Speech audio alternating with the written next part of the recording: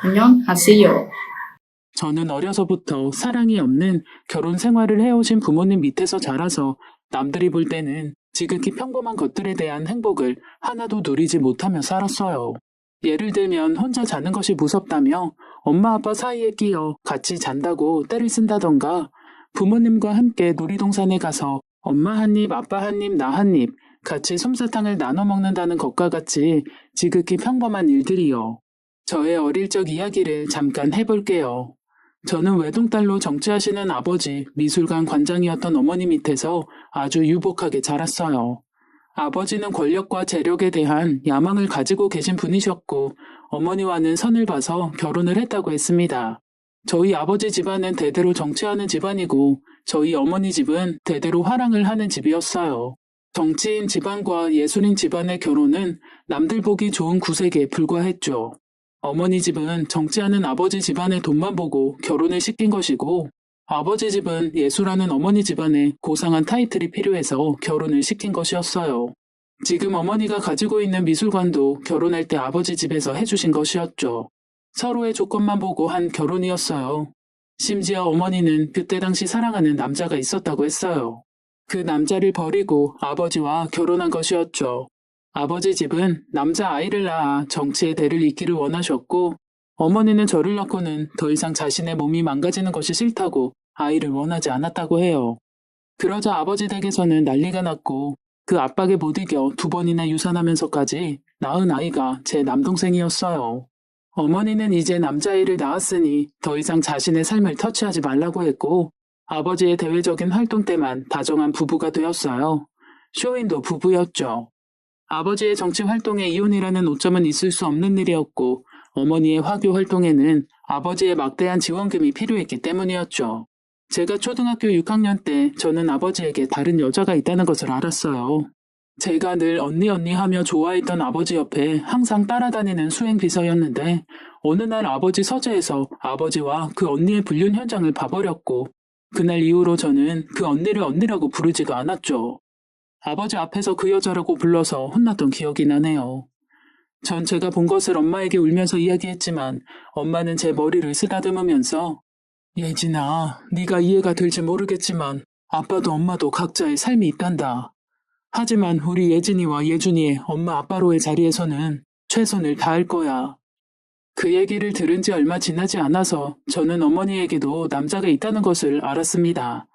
너무 빨리 철이 들었던 것일까요? 저는 어린 나이에도 그런 부모님의 모습을 인정하며 자랐던 것 같아요. 아니, 더 정확하게 말하자면 그런 것들을 너무나 당연히 여기면서 사는 부모님과 할아버지, 할머니 아래에서 세뇌되었던 건지도 모르겠어요. 저는 친구들의 평범한 일상이 늘 부러웠습니다. 그리고 생각했죠. 나는 커서 절대로 우리 엄마 아빠처럼 안 살 거야. 난 정말 사랑하는 남자와 결혼해서 죽을 때까지 사랑하며 살 거야. 학창시절 저는 로맨스 소설에 빠져 살았고, 친구들과 팬픽 소설을 연재하며 부모님에게서 보지 못했던 사랑에 대한 결핍을 풀곤 했었죠. 그렇게 저는 성인이 되었고 어머니의 영향으로 미대를 졸업했어요. 제가 대학교를 졸업하자마자 아버지께서는 여기저기서 선자리를 가지고 오셨습니다. 그냥 봐도 스펙과 집안이 쟁쟁한 남자들이었죠. 아버지 성화에 나간 선자리에서 많은 남자들을 만나보았지만 제 마음에 들어오는 남자는 없었어요. 처음부터 서로의 집안과 스펙만 보고 만난 선자리에서 제가 원하는 사랑을 꿈꾸는 남자를 만나는 것은 쉽지 않았죠. 가는 선자리마다 잘 안 되니 아버지께서는 저더러 유학을 가라고 하셨어요. 다 큰 처녀가 들어오는 선자리마다 성사가 안 되고 시집을 못 가고 있으면 소문 안 좋게 난다고. 유학이라도 가야 공부한다고 둘러라도 된다면서요. 그렇게 저는 프랑스 파리로 유학을 가게 되었어요. 그리고 그곳에서 지금의 남편을 만나게 되었습니다. 남편은 1년간 캄보디아에서 장기 의료봉사를 하다가 한국으로 들어가기 전 3주간 파리로 여행을 온 사람이었죠. 저는 그때 당시 콩코르드 광장 계단에 앉아서 노래를 듣기도 하고 참 자유로워 보이는 사람들을 도화지에 그리기도 하고 어떤 날은 제가 좋아하는 로맨스 소설을 쓰기도 하면서 시간을 보내곤 했습니다. 그날은 제가 그림을 그리고 있는데 한 남자가 다가왔습니다. 한국 사람이세요? 네. 그림 그리는데 얼마예요? 이거 돈 받고 하는 거 아닌데. 저는 돈 받고 그림 그려주는 건 줄 알고 실례했어요. 같은 한국 사람끼리 공짜로 그려주죠 뭐. 타국에서 자국민을 만난다는 것은 얼마나 기쁜 일인지 몰라요. 심지어 유학생활 1년 동안 무료했던 제 삶에 그 남자의 등장은 봄을 맞이하는 따뜻한 봄비 같았죠. 우리는 서로 첫눈에 반했고 운명처럼 서로에게 끌렸어요. 소울메이트를 만난 기분이었죠. 우리는 매일 24시간이 부족하리만큼 붙어 있었고, 저는 그 사람에게 해외 의료봉사를 하며 그곳에서 만난 순수한 영혼들 이야기를 듣는 것이 좋았어요. 그 얘기를 할 때 그 사람의 아이 같은 모습과 맑은 눈동자가 좋았습니다. 정말로 사랑이 많고 정이 많고 따뜻한 사람이라는 것을 느낄 수 있었죠. 야속하리만큼 3주라는 시간은 쏜살같이 지나갔어요. 저는 아직 1년이라는 유학 생활이 남아있었기에 우리는 1년 뒤 한국에서 만나자고 약속했죠. 서로의 사랑을 확인했고 서로의 사랑이 변치 않을 것이라 여기며 우리는 그렇게 헤어지게 되었습니다. 그때부터 우리는 메일을 주고받으며 서로의 사랑을 확인했고 서로가 보내는 하루의 일상을 공유하며 몸은 떨어져 있지만 항상 함께하는 것 같았어요. 남편은 한 달에 2번은 손편지를 적어서 보내줄 정도로 자상하고 섬세한 사람이었어요. 그렇게 1년이 지나고 저는 한국으로 돌아왔습니다. 제가 귀국해서 처음으로 만난 사람은 당연히 남편이었어요. 우리의 사랑은 변함이 없었고 우리는 결혼을 약속했습니다. 저는 어렸을 때부터 꿈꾸어왔던 현모양처처럼 살고 싶다고 했고 남편은 제가 하고 싶은 일을 해도 좋고 제가 원하는 대로 집에서 내조만 해도 좋다고 했어요. 내가 어떤 모습이든 저를 사랑한다고 했죠. 하지만 아버지께서는 우리의 결혼을 반대하셨어요. 남편은 치과 의사였지만 남편의 부모님께서는 작은 시골에서 농사를 지으셨거든요. 개천에서 용된 놈이랑 결혼하지 말거라. 그 놈 주변은 다 개천일 뿐이야. 아버지께서는 남편을 보고 싶지도 않아 하셨어요. 저는 밤낮으로 울면서 딱 한 번만 만나달라고 애원했어요. 그런 저를 보며 어머니께서는 아니 왜 사람을 만나보지도 않고 판단해요. 우리 예진이는 나처럼 돈 보고 결혼 안 해도 되잖아요. 얘가 뭐가 부족해. 잘난 아버지 덕에 돈이 없어 빽이 없어. 다 가졌는데 그냥 지가 좋아하는 사람한테 보내요. 사랑 없이 사는 거 우리 하나면 충분하잖아요. 어머니께서는 한평생 남편으로부터 사랑받지 못하고 무늬만 부부였던 지난날을 돌아보시며 하나밖에 없는 딸은 정말 사랑받으며 살기를 바라셨어요. 예진아, 너는 엄마처럼 살지 마. 결국 아버지께서는 우리 결혼을 허락하셨고 남편에게 커다란 치과를 개원해 주셨어요. 남편과 저를 위해서가 아닌 남들 시선을 의식해서였죠. 아버지께서는 남들이 사이 뭐하냐고 물어보면 내가 할 말이 없어 할 말이. 그래도 번듯한 병원은 한 개 가지고 있다고 해야 면이라도 살지.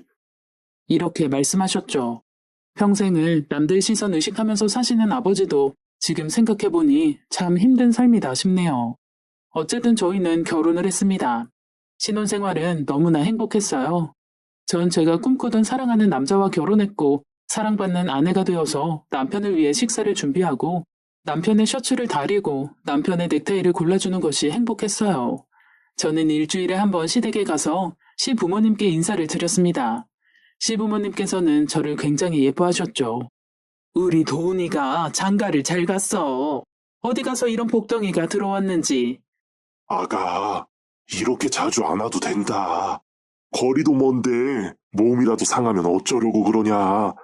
우리는 신경 쓰지 말고 너희 둘이 잘 살아. 시부모님은 좋으신 분들이었어요. 그런데 저는 두 분이 힘들게 농사를 지으시는 게 항상 마음에 걸렸습니다. 제가 갈 때마다 아버님의 기침이 더 심해지는 것 같았고 햇볕에 그을리신 어머님은 나이보다 훨씬 늙어 보이셨죠.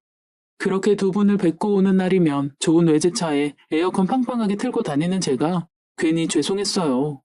그래서 한 번은 남편에게 여보, 어머님 아버님 너무 힘들게 일하시는 것 같아. 자기 공부시키느라 고생만 하셨잖아.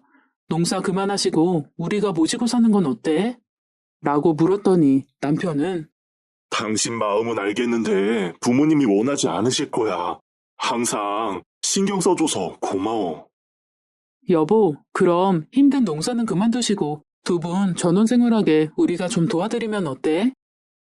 매달 생활비 보내드리는 것만으로도 감사해 하시는 분들인데. 내가 아빠한테 말씀드려볼게. 평택에 있는 전원주택 거기 아무도 쓰는 사람도 없는데 어머님, 아버님 거기로 모신다고 말씀드리자. 그건 좀, 우리 결혼할 때 아버님께서 병원도 해주셨는데. 집을 왜 그냥 놀려? 앞에 텃밭도 있고 어머님, 아버님 거기서 노후 생활하시면 딱일 것 같은데. 저는 남편 뒷바라지 하느라 허리 한번 못 펴고 고생만 하셨을 시부모님께 보상을 해드리고 싶었어요. 그래서 아버지께 말씀드려 평택에 있는 크진 않지만 두 분이서 살기에 적당한 전원주택에 살게 해드렸어요. 남편도 시부모님도 끝까지 싫다고 하셨지만 그래야 제 마음이 편하다고 설득했습니다. 그런 저를 보며 아버지께서는 남자 잘못 만나서 늙은 시부모까지 업고 산다며 막말을 하셨어요. 그러든지 말든지 저는 행복했습니다. 남편은 매일 저더러 천생 여자라며 천사라며 당신을 만난 건 내 인생 최고의 선물이야 라는 말을 자주 해주었어요. 그런 남편에게 저는 더욱 잘하고 싶었어요. 제가 가진 걸 다 주고 싶었고 그것은 모두 사랑하기 때문에로 설명이 되었죠.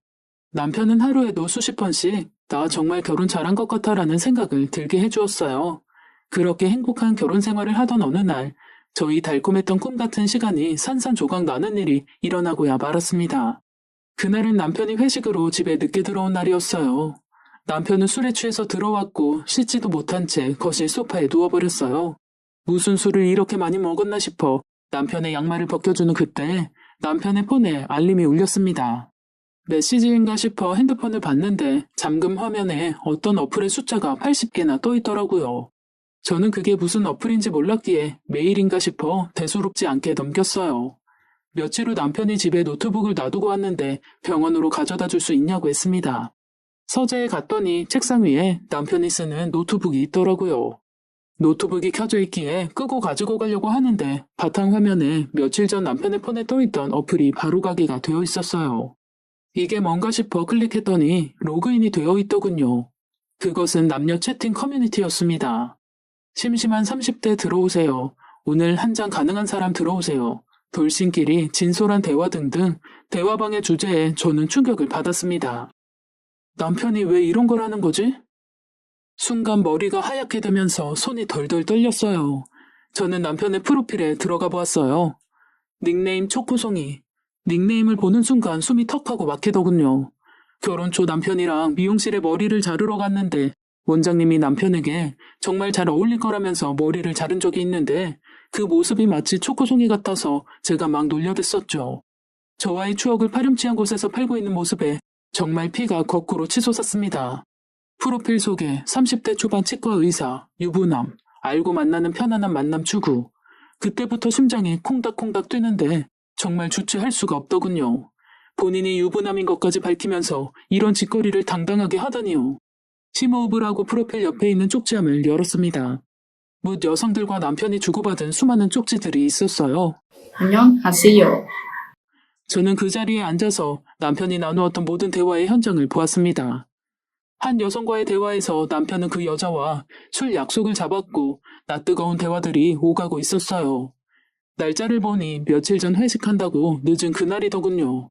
저는 배신감에 눈이 뒤집혔고 애써 침착하며 다른 쪽지함들도 모두 읽어보았습니다. 그 커뮤니티 속 남편은 제가 알던 남편이 아니었습니다. 자상하고 섬세하고 마음 약한 저밖에 모르는 애처가 남편의 모습은 어디에도 없었어요. 직설적이고 성적 욕구가 강했고 퇴폐적인 남자였습니다. 눈물이 났어요. 믿을 수가 없었습니다. 내 모든 것을 다 주고도 부족했던 너무나 사랑하는 내 남편의 두 얼굴. 당장 찾아가서 따지고 싶었습니다. 도대체 이게 뭐냐고, 어떻게 나한테 이럴 수가 있냐고. 그 순간 아버지의 말이 떠올랐습니다. 남자는 배부르고 등 따뜻하면 다 한눈 판다. 그 인간이라고 안 그럴 것 같으니? 사랑이 밥 먹여준다더냐? 네가 말하는 그 사랑이 영원할 것 같으냐?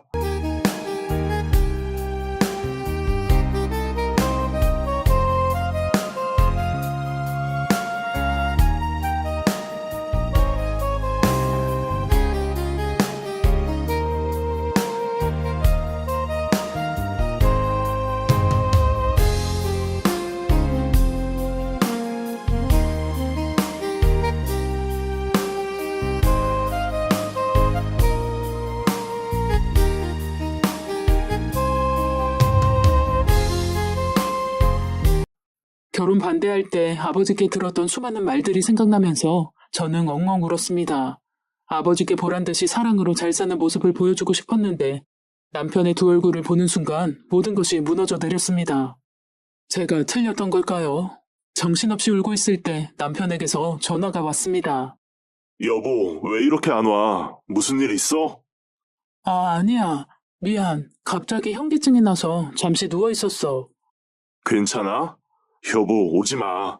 내가 지금 집으로 가지러 갈게. 저는 말도 안 되는 대화들을 보면서도 이 상황을 믿을 수가 없었어요. 제가 걱정되어 지금 당장 집으로 온다는 남편을 믿고 싶었어요. 남편의 진심을 알고 싶었어요. 그래서 저는 그 커뮤니티에 가입을 했습니다. 그리고 남편의 아이디를 검색해서 쪽지를 보냈죠. 1시간이 지났을까? 남편에게서 답장이 왔어요. 지금 채팅 가능? 그렇게 두 얼굴의 남편과의 채팅이 시작되었습니다. 우리는 매일 채팅을 했어요. 누구보다 남편에 대해 잘 알고 있었던 저는 좋아하는 취미, 좋아하는 음악, 좋아하는 영화까지 모두 남편의 성향대로 맞추며 남편으로 하여금 정말 대화가 잘 된다며 이렇게 잘 맞는 여자는 처음이라는 소리를 들었습니다. 그렇게 남편과 하루에 몇 시간씩 채팅을 했고 언제부턴가는 자신의 고민을 터놓기도 했죠. 그 고민 중에는 저와의 잠자리가 맞지 않다, 만족스럽지 않다는 등 수치심을 느낄 정도의 내용들이었어요. 잠자리 안 맞으면 이혼감인데? 에이, 이혼은 절대 안 하죠. 제 돈줄인데. 남편은 결혼할 때 처가댁에서 병원을 해줬다부터 차와 집도 다 처가댁에서 해주었고 자신의 부모님 집까지 지금 뜯어놓은 상태라고 했어요. 뜯어놓은 상태, 어이가 없었습니다. 제가 돈줄이었습니다. 아내랑은 어떻게 만났어요? 남편은 자신의 이야기를 굉장히 오랜 시간 해주었어요. 가난한 농부의 아들로 태어나서 가난을 벗어나는 방법은 출세하는 길뿐이 없다고 생각해서 미친 듯이 공부를 했어요. 의대에 합격했는데 졸업하고 잘 나가는 집 애들은 부모님이 병원을 개원해주기도 하고 유학 가서 공부를 더 하기도 했죠. 가난했던 저는 의료봉사 1년을 가면 교수님 추천으로 내가 원하는 병원에 들어갈 수 있다고 해서 1년 봉사를 갔어요. 한국으로 돌아가기 전에 처음으로 여행을 가보자 해서 아끼고 아껴 모은 돈으로 프랑스 파리를 갔어요. 돈이 없던 저는 먹을 것도 제대로 못 먹었고 허름한 곳에서 잠을 자야 했죠. 그래도 프랑스 파리에 있다는 것만으로 위안을 삼았어요. 거기서 지금의 아내를 만났어요. 한눈에도 부잣집 딸이라는 것을 알 수 있었죠. 어렵게 자란 저와는 달리 뭐든지 겁이 없고 과감하고 걱정이 없는 아내의 모습이 신기했어요. 그때 당시 저는 한국에 결혼할 여자가 있었기에 그냥 한순간 불꽃놀이처럼 즐겼고 저는 한국으로 돌아왔어요. 그리고 아내는 잊혀갔어요. 그냥 한날의 꿈 같은 거였죠. 그런데 한국으로 돌아와 다시 가난한 현실을 마주하니 문득 아내가 생각났어요. 아내와 주고받은 메일에서 아내의 부모님이 이름만 대면 다 아는 사람이라는 걸 알게 되었고 알아보니 제가 생각한 것 이상으로 아내의 집은 부자였어요. 내 출세길은 그 여자밖에 없겠다는 생각이 들더라고요. 이 여자를 잡아야겠다는 생각에 저는 8년 사귄 여자친구를 버렸어요. 남편의 이야기를 듣는데 눈물밖에 나지 않았어요. 이 남자는 내 돈을 사랑했던 거였구나. 나를 사랑하지 않는구나. 출세를 위해 결혼을 약속한 8년이나 사귄 여자를 버릴 만큼 잔인한 남자였어요. 소름이 끼치더군요. 그래도 결혼에 성공하셨네요. 하하, 사랑밖에 모르는 여자가 세상에서 제일 쉽죠. 난 너밖에 몰라. 당신만 있으면 돼. 이것만 해주면 되거든요. 웃고 있는 저 남자는 더 이상 제가 사랑하는 남자가 아니었어요. 저는 복수하고 싶었어요. 저를 이용한 대가, 사랑 없이 결혼한 대가를 치르게 하고 싶었어요. 저더러 이곳에서 만난 여자들이랑은 다르다면서 지금까지 여기에서는 의미 없는 하룻밤을 원하는 사람들밖에 없었는데 이렇게 대화가 잘 통하는 사람을 만나니 기쁘다고 하더군요. 누구에게도 얘기하지 못했던 진짜 자신의 속마음을 다 얘기할 수 있어서 후련하고 제가 너무 편하다라나 뭐라나요. 제가 자기 인생의 쉼터 같답니다. 고해성사 같답니다. 하지만 양심의 가책은 없었어요. 아내가 저희 부모님께 전원주택을 해주자고 했을 때 저의 부모님은 한사코 거절했지만 그건 다 예상된 시나리오였어요. 저희 부모님께 아내가 집에 가면 더 힘든 척하며 농사일이 고된 척하라고 했죠. 사실 그때 부모님은 농사를 짓고 있지도 않았어요. 처가에 놀고 있는 전원주택이 있다는 걸 알고는 저희 부모님께도 그 집 얻어내야 하니 연기를 잘하라고 했었어요. 착한 아내는 덥석 잘도 물더군요. 부잣집 며느리 얻어서 저희 부모님도 편하게 살아요. 인생이 이렇게 쉬운 거더라고요. 지금까지 시부모님이 제 앞에서 했던 많은 행동들이 다 연기라는 것을 알게 된 후 저는 치를 떨었습니다. 허리가 아프다는 둥, 올해는 수확이 없다는 둥, 집이 오래되어서 너무 춥다는 둥. 그 남자 말대로 너무 착한 제가 덥석 물었네요. 하지만 그 남자는 저를 사랑밖에 모르는 천사인 줄 알았지만 아주 중요한 것을 놓치고 있었나 봐요. 저는 피도 눈물도 없는 정치인의 딸이라는 것을요. 피는 못 속이죠. 이런 일을 당하고 나니 저는 독해지더라고요. 제 속에서 칼날을 갈며 저는 아버지를 찾아갔습니다. 저는 아버지께 이 모든 사실을 말씀드렸고 아버지는 당장 그 인간 잡아오라며 소리 질렀지만 저는 제 방식대로 복수하고 싶었어요. 남편과 저는 또 채팅을 했습니다. 시간이 지날수록 남편은 저를 만나고 싶어 했죠.